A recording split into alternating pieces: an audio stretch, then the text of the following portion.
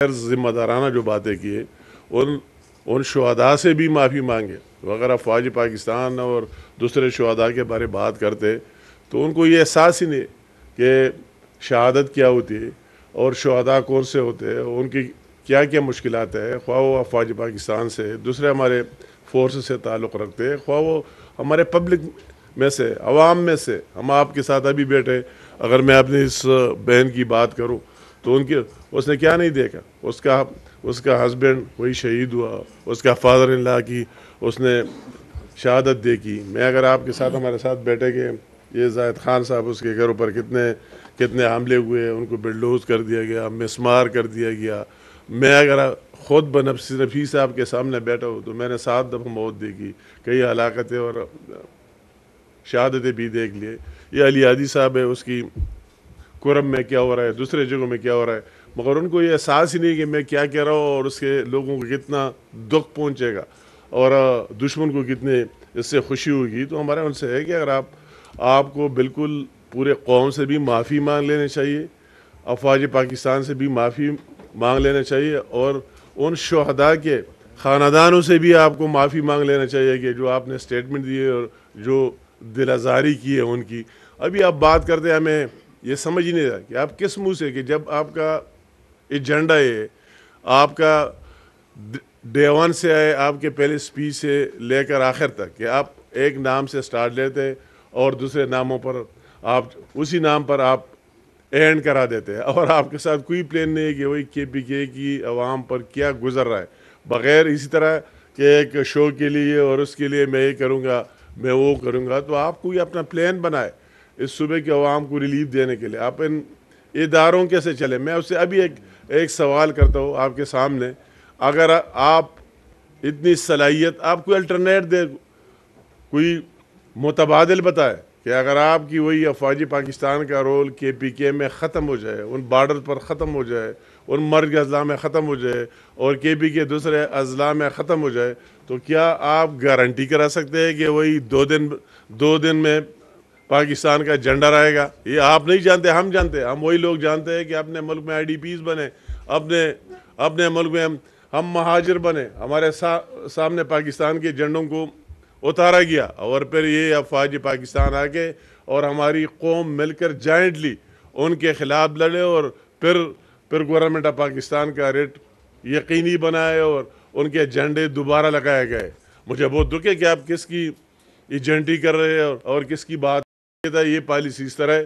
کیا آپ کو افغانستان کی پالیسی آپ کو دیا جائے ایک ٹائم میں جو آپ گئے اور آئے، اس کے کیا نتائج نکلے، کیا ثمرات آپ کے سامنے آ گئے اور وہی نکلے؟ اور یہ جو قوم ابھی دیکھ رہا ہے، یہ وہی ہے کہ جو آپ گئے، لوگوں سے آپ نے معاہدے کیے، مذاکرات کیے، ان کو واپس لایا.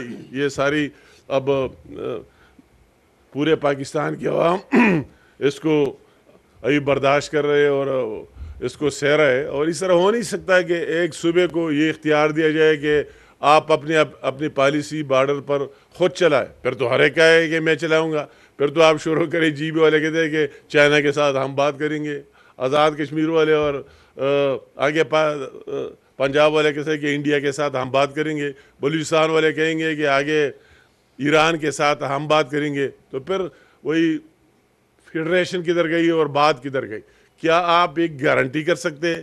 آپ نے کبھی اتنی جرت کی کہ یہ بات صرف یہ کرے کہ افغانستان کی سرزمین سے یا دہشت گردی نہیں ہونی چاہیے؟ آپ تو اتنا جرت بھی نہیں کر سکتے کہ اتنی بات کرے، اتنی بات ڈٹ کر کرے. تو کیا آپ ان سے بھیک مانگیں گے؟ ہم ان سے خیرات مانگیں گے کہ آپ اتنی دلیری، اتنی بات نہیں ہے؟ اور یہ وجہ ہے، اس میں کوئی شک ہی نہیں ہے، ڈاؤٹ نہیں ہے. میں نے جتنے آپ کو گن لیا، ہم آپ کے سامنے موجود ہے. مجھے یہ ایک ہی دکھاؤ جو یہ بڑے بڑے سپیچز کر رہے ہیں کہ وہی سے شروع کرے کہ دہشت گردی کے خلاف انہوں نے کیا کیے، اور ان کو کیا، اگر وہ جلسے کرتے، جلوسے کرتے، سارے کرتے، اور وہ کہتے ہیں، اس کا لیڈر کہتے ہیں اگر میں جاؤں تو وہی سب کچھ امن آ جائے گا. تو اٹ مینز یہ بہت خطرناک بات ہے. کیا آپ ان لوگوں کے ساتھ ملے ہوئے؟ اگر آپ ان لوگوں کے ساتھ ملے ہوئے تو پھر آپ کو وہی حساب کتاب بھی دینا ہوگا. جو ابھی تک جتنے نقصانات یا ہوئے تو آپ کو پھر وہی بھی دینا ہوگا. تو اس طرح غیر ذمہ دارانہ باتیں انتہائی قابل افسوس ہے. ہم اس کی بھرپور مذمت کرتے ہیں کہ ان کو سنجیدگی کا مظاہرہ کر لینا چاہیے اور کافی سوچ بچار سے بات کر لینے چاہیے. اگر وہ اپنے آپ کو, ابھی تو میں کہتا ہوں کہ اس کی کوئی جسٹیفیکیشن نہیں لے رہی. جب ایک بندے کا ایجنڈا آپ کے سامنے آ گیا کہ اس کے عزائم کیا ہے, تو آپ تو اس کے لیے وہ کوالیفائی ہی نہیں کرتے کہ وہ سیم رہے. سیم کا مطلب ہے کہ وہی صوبے کی عوام کی حقوق کی رائٹس کی وہ تحفظ کرے, اس کے لیے بات کرے, اس کو آگے لے آئے.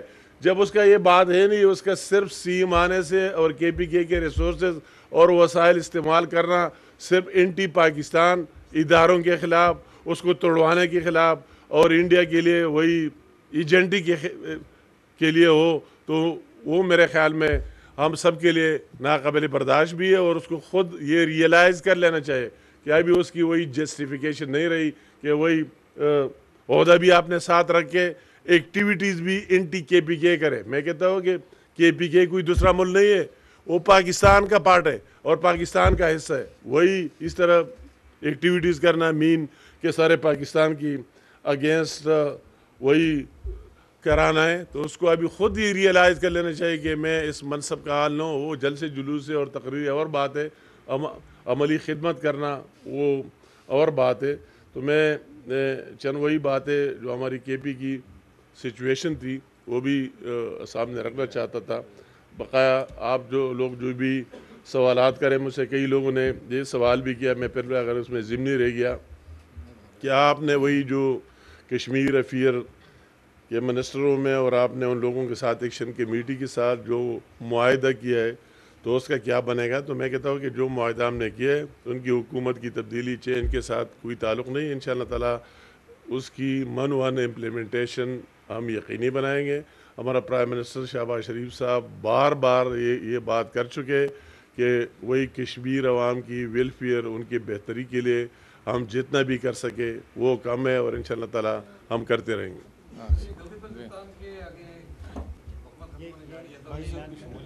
ہاں یہ کرے پھر اس کے بعد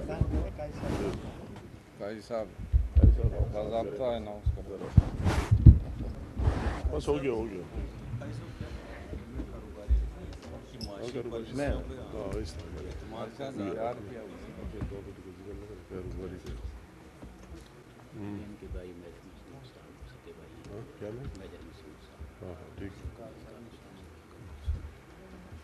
بسم اللہ الرحمن الرحیم.